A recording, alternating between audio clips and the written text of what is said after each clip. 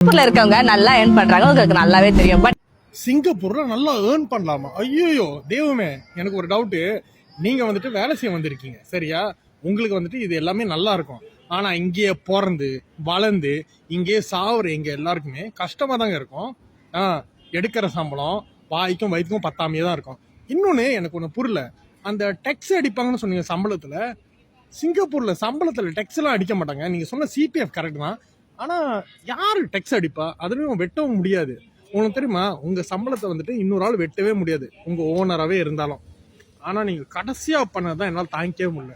அந்த குச்சியை வீசுங்களா, அதுக்கு பேர் லிட்டரிங். ஓகே, நீங்க ஏதோ ஒரு பார்க்கில் தான் இருக்கீங்க, ஏன்னா ஆத்தக்கார ஓரத்தில் தான் இருக்கீங்க.